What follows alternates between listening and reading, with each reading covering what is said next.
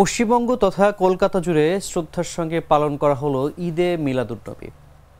Islamic calendar অনুযায়ী তৃতীয় মাসে ঈদে মিলাদুন্নবী পালন করা হয়ে থাকে। এই বিশেষ দিনটি উপলক্ষে পশ্চিমবঙ্গ সহ কলকাতার রাজপথে শোভাযাত্রা কর্মসূচি পালন করে মুসলিম সম্প্রদায়ের মানুষরা। এদিন কলকাতার মুসলিম অধ্যুষিত এলাকায় বর্ণাঢ্য পদযাত্রা বের করে ধর্মপ্রাণ মুসলমান সম্প্রদায়ের মানুষরা Garden Reach, Park Circus, Metiabruz, Tollygunge, Khidirpur, Rajabazar ও কলকাতার মহাজাতি সদনের সামনে থেকে বের করা একটি শোভাযাত্রা। সকল বয়সেরই মুসলিম ধর্মপ্রাণ মানুষের একটি শোভাযাত্রায় সামিল হতে দেখা যায়, এমনকি এই শোভাযাত্রায় নারীদেরও পা মেলাতে দেখা যায়। সেন্ট্রাল অ্যাভিনিউ, কলুটোলা, রবীন্দ্র সরণি হয়ে বিভিন্ন রাস্তা পরিক্রমা করা হয় নবীর গান গেয়ে।